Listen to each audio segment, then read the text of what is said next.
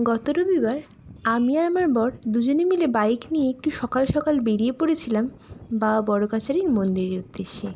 এই মন্দিরটি আমাদের বাড়ি থেকে প্রায় ৩৮ কিলোমিটার দূরে অবস্থিত। রাস্তায় যেতে যেতে রাস্তার ধারে এই দোকানটাতে আমরা একটু দাঁড়িয়েছিলাম। এখানে আমরা একটু চা খেয়ে নিয়েছিলাম, যেহেতু পুজো দেবো তাই অন্য কিছু আর খাইনি। দেখুন, বেলা কিন্তু তেমন না, কিন্তু কী রোদ উঠেছে। বড়কাছারি যাওয়ার অনেক রাস্তাই আছে। আমরা গেছিলাম বারুইপুর হয়ে আমতলা দিয়ে। রাস্তা মোটামুটি ভালোই, কিন্তু রোদটা প্রচণ্ড হওয়ায় একটু কষ্ট হচ্ছিল আর কি। তবে যখন এই গাছগুলোর নিচ দিয়ে যাচ্ছিলাম, এই গাছের ছায়ায় বেশ শান্তি লাগছিল। এখানে গাছপালা অনেকই আছে। আমাদের শহরাঞ্চলে যেরকম গাছপালা দিন দিন কমে যাচ্ছে, সেই তুলনায় এখানে গাছপালা বেশ ভালোই। সেই জন্য পথের দুই ধারে সবুজে এত সমারোহ দেখে মনটা বেশ ভালো লাগছিল। আর কিছুটা পথ পেরোলেই আমরা বাবা বড়কাছারির মন্দিরের একদম কাছাকাছি চলে যাব। ওখানে গিয়ে এই ডালার দোকান থেকে আমরা আমাদের পুজোর জন্য ডালা নিয়ে নিয়েছিলাম। যেখানে আমরা ডালা নিয়েছি ওই দোকানেই আমাদের বাইকটা রেখে এসেছি। চলুন এবার যাওয়া যাক মন্দিরের উদ্দেশ্যে। মন্দিরে যাওয়ার আগে আমরা পুকুর ঘাটে যাব। সেখানে গিয়ে আমরা ঘটে আমাদের জল ভরে নেব। এই রাস্তাটা খুব পিছল, কারণ এখানে অনেকে তো দণ্ডি কাটেন, এছাড়াও সবার পায়ে পায়ে খুব জল আসে, তাই আপনারা যখন যাবেন একটু সাবধানে যাবেন। এই যে দেখছেন, পুকুর ঘাট এসে গেছে। মা সতী, মা সাবিত্রী, গঙ্গা দেবী সবার মূর্তি এখানে আছে। দেখুন পুকুরটা কী সুন্দর, আর জলটাও খুব পরিষ্কার। অনেকে এখানে স্নান করে বাবার কাছে পুজো দিতে যান।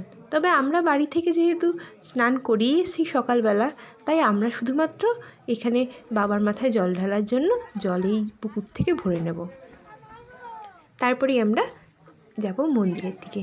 এই যে এসে গেছি মন্দিরের সামনে। দেখুন কি সুন্দর না মন্দিরটা, দেখলেই একদম চোখটা জুড়িয়ে যায়। আমি এখানে আগেও কয়েকবার এসেছি, তবে আমার বর এখানে এই প্রথমবার আসলো। ওরও ভীষণ ভালো লেগেছে মন্দিরটা দেখে। এই মন্দিরের ভেতরে ফটো তোলা নিষেধ, তাই বাইরে থেকে যতটা পারছি আপনাদেরকে একটু দেখানোর চেষ্টা করছি। এই মন্দিরকে প্রদক্ষিণ করে সবাই সবার মনস্কামনা বাবা বড়কাছারিকে জানান।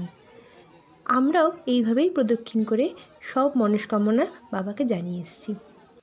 এই যে দেখছেন এই কাগজগুলো, এগুলো হচ্ছে অনেকে মানসিক করেন, তো সবাই সবার মনের কথা এই কাগজে লিখে বাবার কাছে দিয়ে যান, যাতে বাবা সকলের মনস্কামনা পূর্ণ করেন।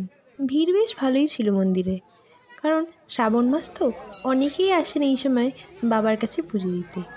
মন্দিরের ভেতর ওই যে দেখছেন দুজন কমলা পোশাক পুরোহিত, ওনারাই হচ্ছে পুরোহিত, ওনারাই আমাদের পুজো দিয়ে দিচ্ছিলেন। এরপর আমরা বেরিয়ে আসলাম বাইরে। বাইরে বেরিয়েই দেখলাম এখানে প্রচুর দোকান।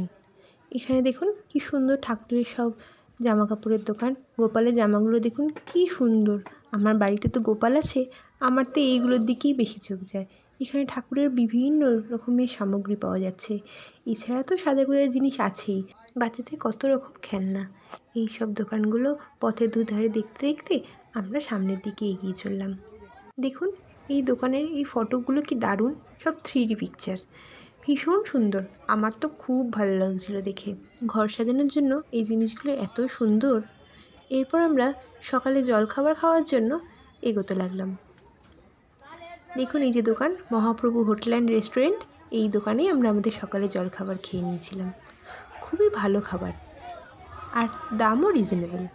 এই যে এই দোকানটা থেকে আমরা পিতলের বাড়ির শিব ঠাকুরের জন্য একটা ত্রিশূল কিনে এনেছিলাম।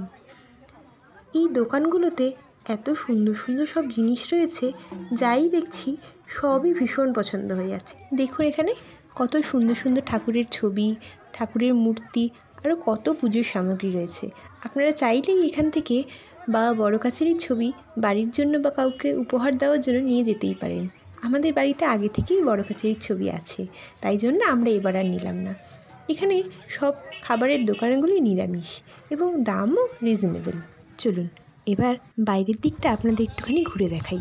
এই যে দেখছেন বাইকগুলো দাঁড়িয়ে আছে, আসলে এগুলো এখানকার দোকানের হচ্ছে নিয়ম, যে আপনি যেই দোকান থেকে ডালা কিনবেন সেই দোকানে আপনি আপনার গাড়ি রাখতে পারবেন, তার জন্য আপনাকে আলাদা করে কোনো টাকা দিতে হবে না। এখানে ডালার দোকান অনেক আছে, আপনারা যেই দোকান থেকে চাইবেন সেই দোকান থেকেই আপনার ডালা সংগ্রহ করতে পারেন। দেখুন ওই বাচ্চাদের খেলনার দোকানটা কী সুন্দর, কত রকমের খেলনা। তবে এখানে সবথেকে বেশি দোকানই ঠাকুরের সামগ্রীর দোকান। এই যে দেখুন কী সুন্দর মেয়েদের সাজার জিনিসের দোকান। এইসব দোকান থাকলে চোখ কি আর ফেরানো যায়? তাই আমিও ভাবলাম কিছু নিই বা না নিই, একটু তো দেখে নিই, যদি কিছু পছন্দ হয়ে যায়। অনেক কিছুই দেখার পর শেষে আমার একটা কানের দুল পছন্দ হয়েছিল, আর আমার বড়মশাই সেই কানের দুলটা আমায় কিনে দিয়েছিল।